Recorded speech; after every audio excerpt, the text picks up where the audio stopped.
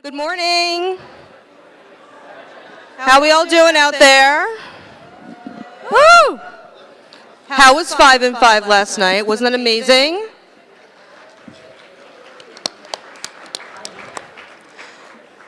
I want you guys to thank Julia, who helped wrangle all the cats together to make that event possible, as well as her colleagues Claire and Michael and Ben, of course, for being a fantastic sponsor.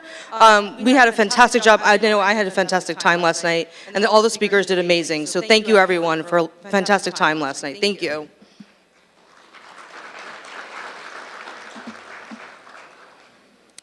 And so here we are. It's Friday morning, 9 o'clock-ish, and we're going to be having a fantastic next couple of hours. I'm going to give you guys a bit of a report out on some work we've been doing with the Council as Americans for the Arts to help support you guys as you make public art happen in your communities. And then from there, we'll jump into the Pan-Year in Review presentation, which I know you're all very excited about. And then we'll be closing up and wrapping up from there. So I'm excited. We're going to have a fantastic next couple hours together. So get comfy, get your coffee, and take a bunch of notes. All right. So, we working? What are we doing here? Please work.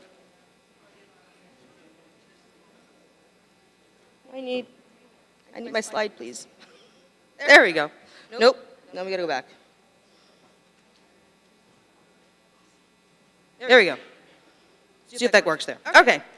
So, over the past year or so, I've been working on a new strategy within Americans for the Arts to expand our over 20 years of work that we've already been doing around public art programming that aims to not only continue the work and support of over 700 public art programs that we're aware of at least, and we know there's probably more, across the U.S., and in addition to that, it encourages and focuses on the incorporation of art and artists into the design of built environments through engagement with non-art sectors. This work builds on the larger Arts and Social Impact initiative that Bob Lynch mentioned yesterday to help people begin the journey of discovery to a deeper understanding of the arts' long-term social impact. This work is exploring about 26 different sectors, all in an effort to make a more visible and incredible wide-reaching impact of the arts.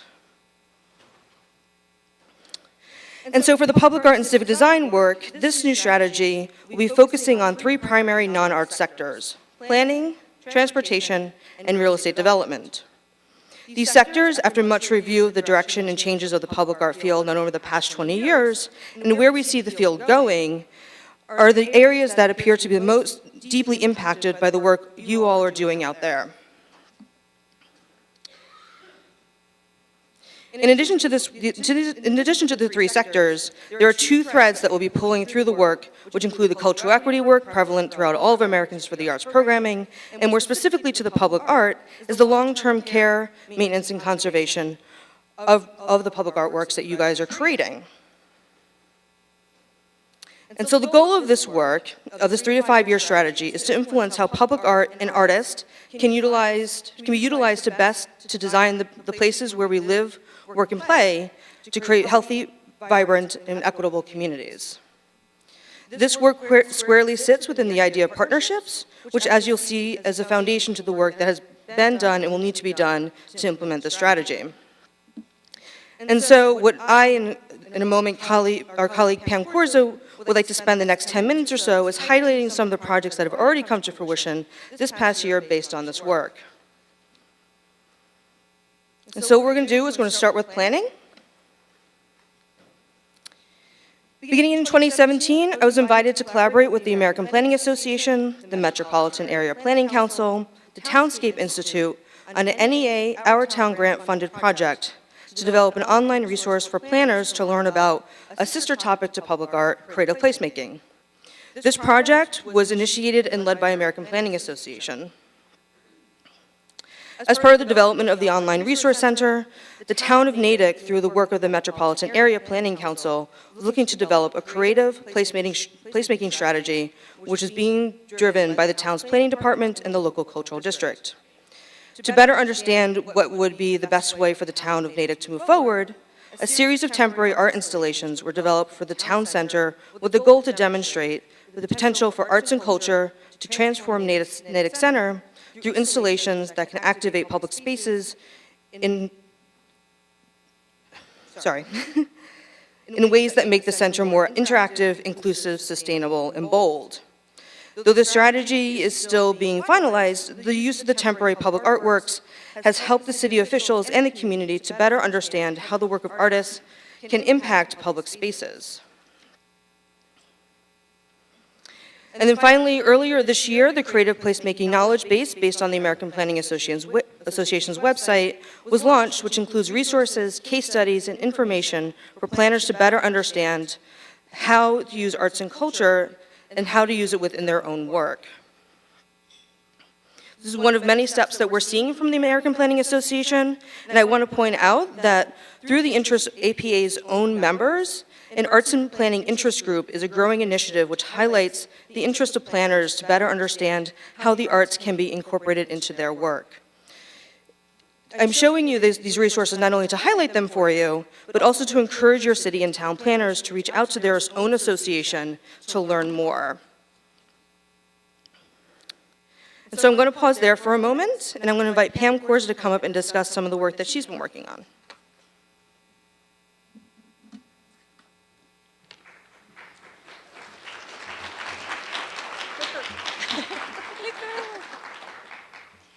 Good morning, everybody. I am Pam Korza, and I work with the Animating Democracy program at Americans for the Arts, which for almost 20 years now has been working to strengthen the role of arts and culture in civic dialogue, civic engagement, community development, and social change.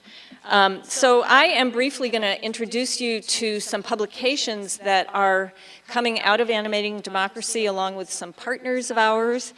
You have handouts on your table, so feel free to take those away, and there are some additional ones out on the table out there. So how many of you were part of the Artist Municipal Partnership thread yesterday? Attended the morning session or the afternoon tour? Great, thank you so much for joining us. I think we had a good day. The Artist Municipal Partnership Guide is a resource that will be issued in the fall. We are working in partnership with A Blade of Grass, based in New York, but a national grant-making and service organization for artists doing social change work. Purana Reddy from A Blade of Grass is here. Are you in the room, Purana? I just want to point her out.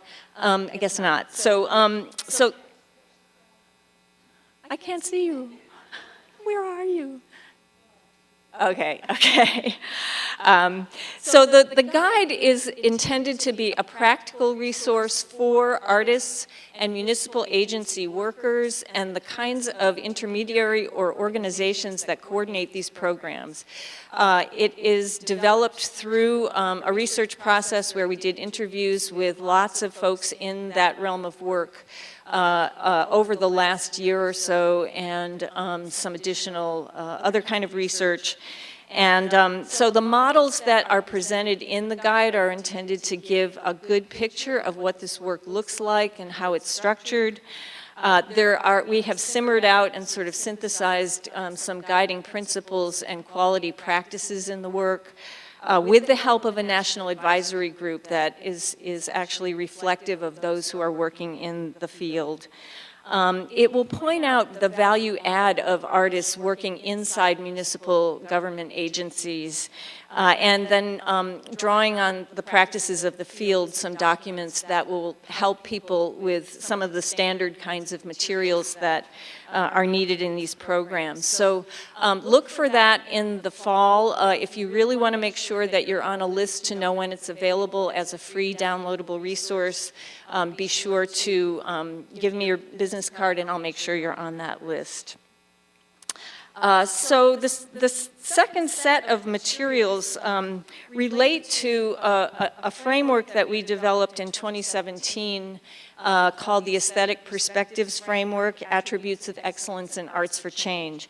And this is a framework that is developed primarily by artists who were frustrated by how their work, the aesthetics of arts for social change kind of work was being evaluated and talked about by funders, by critics, by prospective partners, and so these 11 attributes emerged from a process of talking about what are the qualities in Arts for Change work that should be looked at and for to understand how the work works and what makes it effective, both as art and for its civic or social kinds of intentions. So the new publications that are sort of riffing off of that and actually putting it into action are a case study called Pittsburgh Artists Working in Community, and Divya Rao-Heffley, who's right there, with the Office of Public Art in Pittsburgh, was very much involved in this program. And then Susanna Laramie-Kidd is the author of the case study, and she's here too. So connect with them if you'd like to learn more. But essentially, the Office of Public Art, in 3 different ways with 3 different programs, put the framework into use.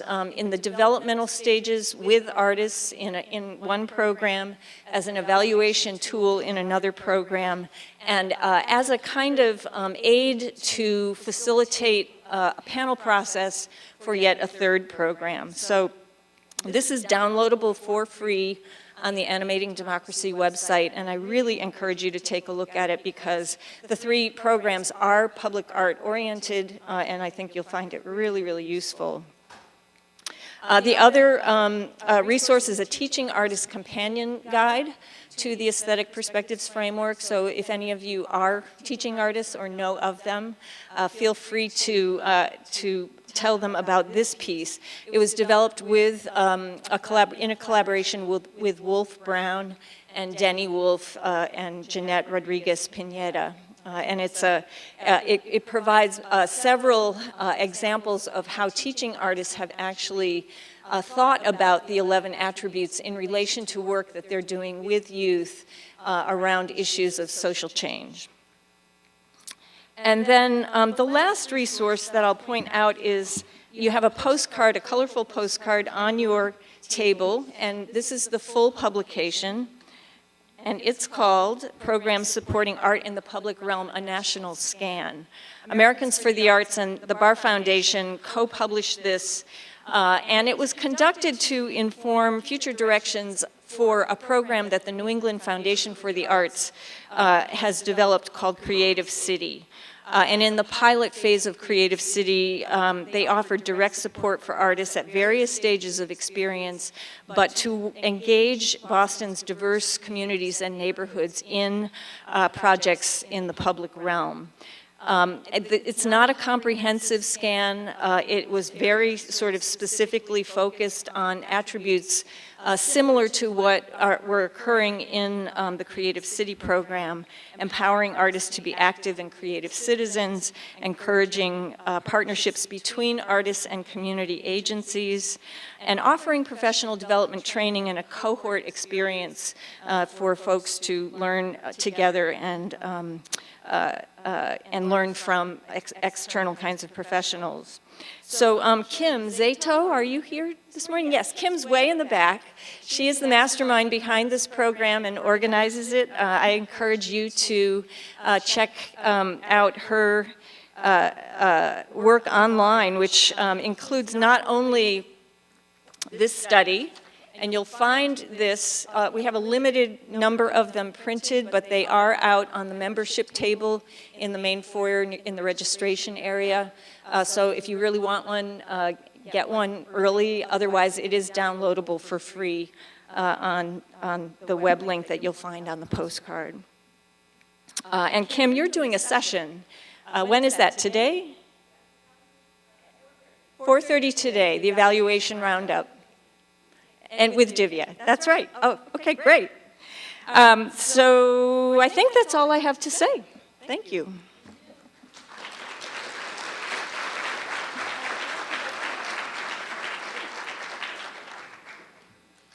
All right, thank you, Pam. And this is what the two of the resources she mentioned look like. I'm very excited about these. And then, of course, the document that she held up. So get your copies. And so before we move on from the planning conversation, I'd be remiss to not mention a serendipitous project that popped up on our radar thanks to my predecessor, Lisa Fenner, who directed a curious HUD employee, or U.S. Department of Housing and Urban Development employee, who specializes specifically in environmental noise mitigation to better understand how public art may support their projects. What resulted was a simple one-pager fact sheet developed in collaboration with the Public Art Network Advisory Council, specifically on the interplay of public art and noise mitigation. Think those large retaining walls that can block sound between busy roadways and residential areas. From there, a Skype presentation to several HUD grant managers was provided to give a 101 overview of public art. Vicki Scurry, our experienced public artist, was part of that presentation that helped open a dialogue, even for a short while, on the importance of aesthetics in the design of infrastructure projects. This work was completed in 2018 and can be used by you to leverage conversations with your local officials and housing authorities to incorporate public art into HUD-funded projects or possible HUD-funded projects. Then moving on to our next sector is transportation. I have two projects to talk about under this topic. The first one is, in 2017, Transportation for America, a program of Smart Growth America, approached us to collaborate on another NE8 Our Town project to develop a series of workshops to support local engagement between local arts agencies and transportation agencies. What resulted was an application-based selection process where we invited communities to submit their interest in an assistance-based workshop designed to facilitate the notion of how arts and culture, including public art and artists, can help address local transportation issues. Selected communities included Bozeman, Montana, Buffalo, New York, and Mariposa County, California, who in the fall of 2018 hosted 2-day-long intensive workshops that included one-on-one understanding of creative placemaking, strategies, an overview of transportation, case studies from other communities across the U.S., and walking tours to help attendees understand best practices in the design of transportation infrastructure. At the conclusion of each workshop, each community was provided a report which highlighted next steps derived from workshop participants and how to move forward in addressing their transportation issue and creative placemaking strategies. Knowing that this work is important, an outcome of the overall project was the development of DIY toolkit on how to implement a state-of-the-art transportation training in your community. I recommend following the link up on the slide there to also watch a webinar where each of the communities highlighted some of the outcomes that are already coming in fruition based on their workshops. Download the toolkit to set up a training in your community as well. Our second topic is more of an advocacy-related issue. Back in 2015, the U.S. Congress and President Obama signed into the Fixing America's Surface Transportation Act, otherwise known as the FAST Act. This is our overall larger infrastructure bill that we are having up in conversation again at Capitol Hill. Unfortunately, in 2015, when that act was signed, it established a prohibition for the use of Federal Transportation Authority dollars for art and transit projects, where essentially, as it was outlined, artists basically could not be funded through FTA projects. This removed local control from transit authority, and it reverses over 100 years of systemic enhancement of our transit systems to the detriment of communities across the U.S. And so, 3 years later, in working with a lovely and small and mighty group of Arts and Transit Committee made up of transit agencies from across the U.S., from New York to LA Metro to the BART system in San Francisco, TriMet in Portland, CATS, of course, the Charlotte Area Transit Agency in North Carolina, and it's a growing sort of group of people. We've been talking and trying to figure out how do we move this forward. One enterprising public art administrator, Katie Stiegel, who I have to give props to, pointing out what one person can actually do to make a difference, approached her House member representative, Alma Adams, in around 2016 and pointed out this issue. We were very lucky that Representative Adams is very much a supporter of the arts, and she has been helped to develop something called the STAR Act, or Saving Transit Arts Resources, which would essentially reverse or remove those provisions from the FAST Act, or the current transportation issue.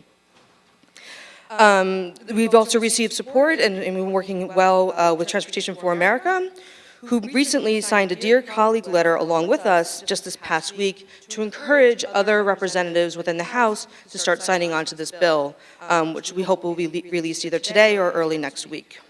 In addition to that, in 2018, the U.S. Conference of Mayors adopted a resolution in support of arts and transportation overall, and which specifically names the STAR Act. We are really excited that this is moving forward and able to get into the conversation, particularly as we learn, as conversations continue to happen, not only within this administration, who, as we learned yesterday, is not arts-friendly, but also as we continue conversations on a larger scale about a new introduction of a brand new infrastructure and transportation package, which could be voted on and supported the next year or so. So what I really need you guys to do is to tell everybody to join this webinar on June 26th. If you can't attend, sign up anyway, and we'll make sure you get the recording. Essentially, what we need to do is start by beating the bushes to be able to get other people to encourage their representatives to sign on to the STAR Act. Being able to get them to approve it and to sign on and to co-sponsor this act will help raise the bar of what important the issue this is. And I know it's not just impacting all of you in this room, but as well as your colleagues throughout the country. So please join us during the 26th webinar. We'll be outlining the background to this issue and explaining more in detail about what you can do to help move us forward. Because this is happening in this current week. We don't have specific details at the moment, but we will on the 26th, so please do join us, and we'll be sending information out as well as soon as it's made available. And so that was this past year or so. We worked a lot on planning, a lot on transportation, and over the next year, you're going to see a lot of work coming out of the cultural equity thread. And specifically looking at how cultural equity impacts the work of public art, or impacts the field of public art, excuse me. And so this includes several things. A number of these issues, or pretty much all of them, are being driven by the Public Art Network Council. So join us on June 21st. I know a few of you had a conversation at a roundtable yesterday as we continue to update the best practices for public art commissions to help support equitable processes and engagement for not only commissioning agencies, artists, and others who connect and commission public artworks.